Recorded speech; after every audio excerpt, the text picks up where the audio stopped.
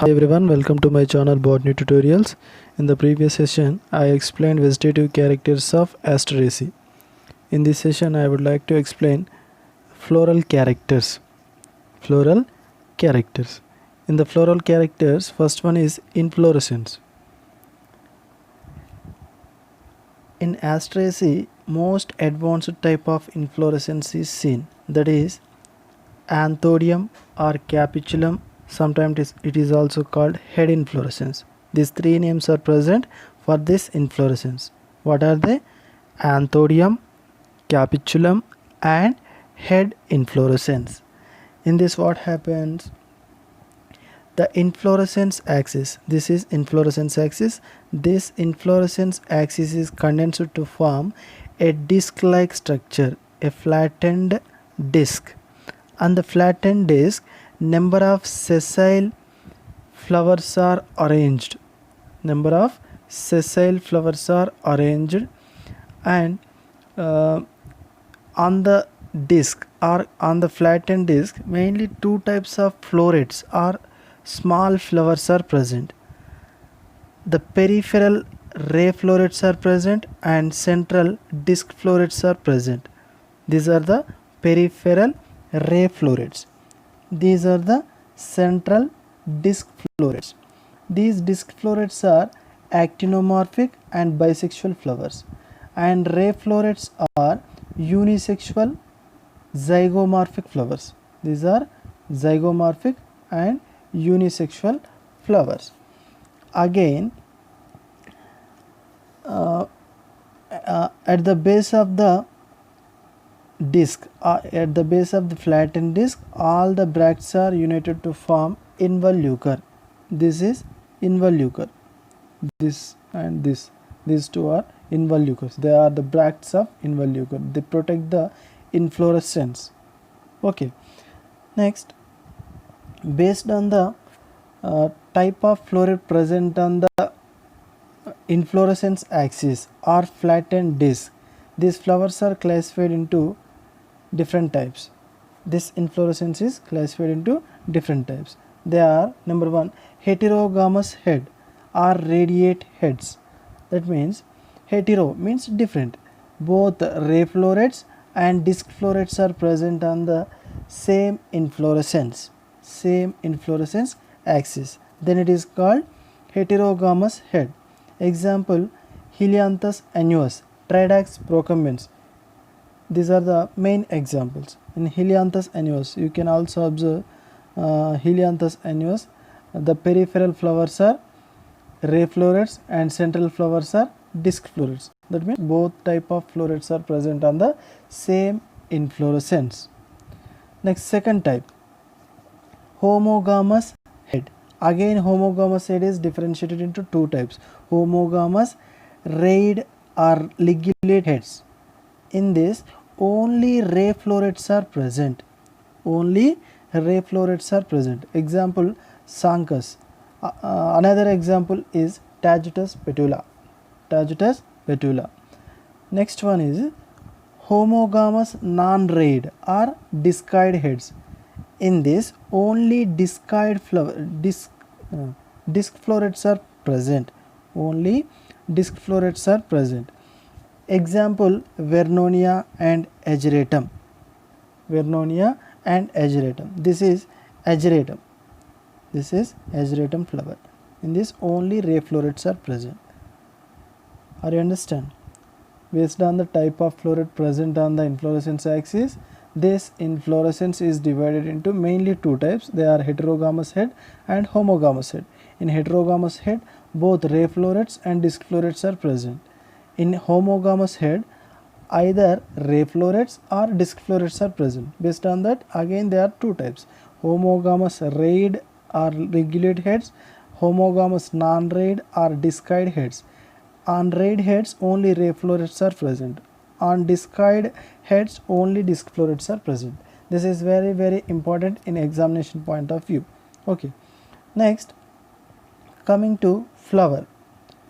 Flowers are generally bracteate. This is bract.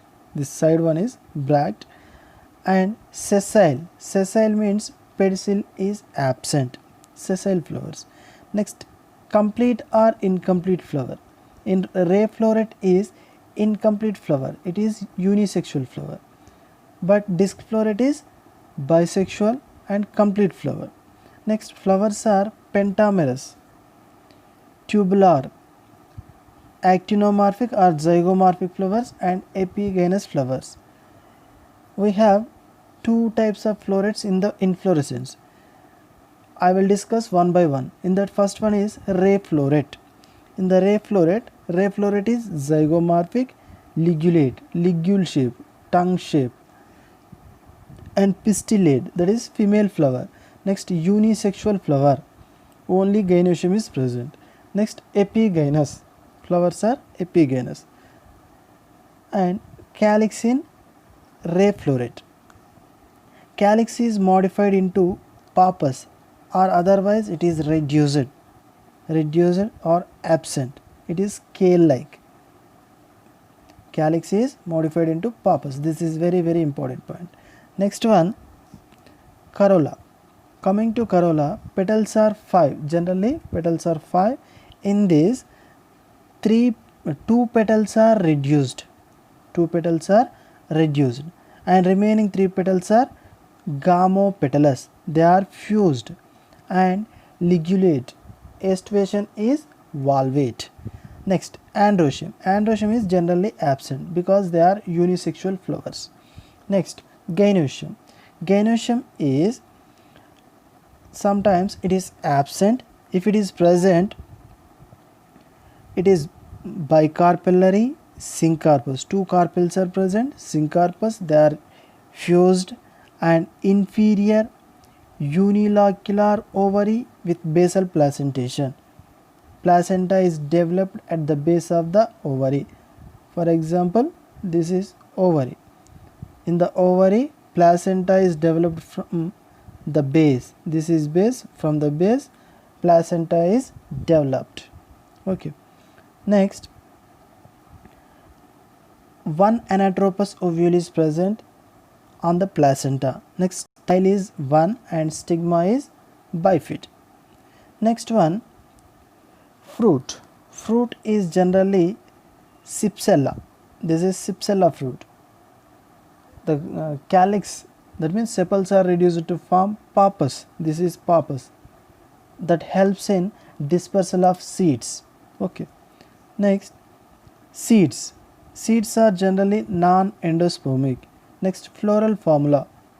Flowers are bracteate. Bract is present. Next, bracteoles are absent, so that EBRL. Next, these are zygomorphic flowers. Next, these are female flowers. Female flowers. This is wrong. Female flowers. Okay. Next, K. pappus. Calyx is reduced to form pappus. Next one, C. corolla. Corolla containing 5 petals. They are united. Here 2 are reduced. Okay. That means C 3 bracket and 2 are reduced. 2 are reduced. Okay. Next one, androecium is absent, gynoecium is bicarpellary, syncarpous, so that we kept bracket around 2. Okay, this is about ray florets. Next, coming to disc floret. Disc florets are bracteate, bract is present, sessile, pedicel is absent, complete flowers, both androecium, gynoecium, calyx, corolla, all holes are present. Next, bisexual flowers, actinomorphic flowers, we can cut the flower into 2 equal halves. Next, pentamerous flowers. Next, epigynous flowers. Okay. Next, coming to calyx. Calyx is modified into pappus or scale, that is persistent, that is attached to the seeds. Next one, corolla. In the corolla, petals are 5 in number. These are 5 petals. 5 petals, they are fused, that means they are united and colored valvate aestivation. Next one, Androecium. How many stamens are present in this diagram? 1, 2, 3, 4, 5. Stamens are 5 and they are fused with petals, so that it is called epipetalous condition. Stamens are 5 in number, epipetalous. Syngenesious. What is syngenesious? Syngenesious means these are the anthers. Anthers are fused but filaments are free. Such condition is called syngenesious condition. Next, anthers are dithecous. A hood-like structure is present on the anthers. On the anthers, these are the anthers. Above the anthers, hood-like structure is present. Next, intrors. They are not exposed out. Next, longitudinal dehiscence. Okay, this is about androecium. Next, gynoecium. Gynoecium is bicarpellary, syncarpous, inferior ovary, unilocular with basal placentation, single anatropous ovule with basal placentation. Style is simple. This is style. Style is simple and stigma is bifid. That is fork-like. That is splits to form two branches. Okay. Next one, pollination. Pollination is generally entomophilous. That means that takes place with the help of insects.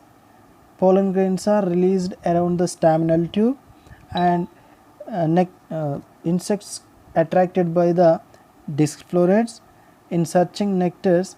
These pollen grains are attached to the body of the insect.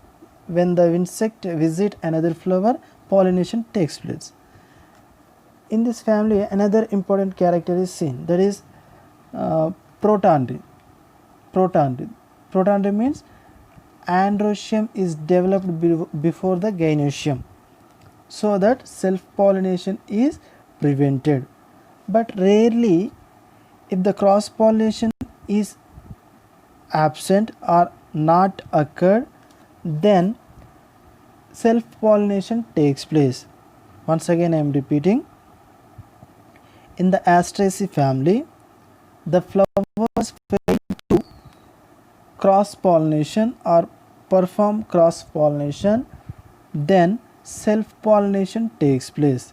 In this self-pollination, the stigma bend backwards and receive the pollen grains present on the hairs. This is stigma. This stigma bends backwards. This bends backwards and receives pollen grains on the hairs on the staminal tube. Hairs on the staminal tube. Then pollination takes place. This type of pollination is called self-pollination, and this mechanism is called safety mechanism. Safety mechanism. This is very important point. It will ask in competitive exams. Self-pollination is seen in which family? They will ask like that. You have to answer that. That is, safety mechanism is seen in which family? Which family? That is Asteraceae family. Okay, this is about pollination. Next one, fruit. Fruit is generally cypsella. Next, seed is non-endospermic. Next, floral formula of disc floret. Flowers are bracteate. Next, ebracteolate, EBRL. Next, actinomorphic. We can cut the flower into two equal halves. Bisexual flowers, androecium and gynoecium, both are present. K. pappus, that means sepals are reduced to form scales. Next, C5. Petals are 5 in number, they are united. Next, A5. They are 5 in number and they are syngenesious. Anthers are fused. Next, these stamens are fused with the petals at their bases, so that we are uniting C and A. Next, gynoecium is bicarpellary, syncarpous, unilocular, inferior ovary. Okay, this is about floral characters of Asteraceae members. In the next video, I will come with economic importance of Asteraceae. Thank you for watching my video. If you like my video, share to all your friends.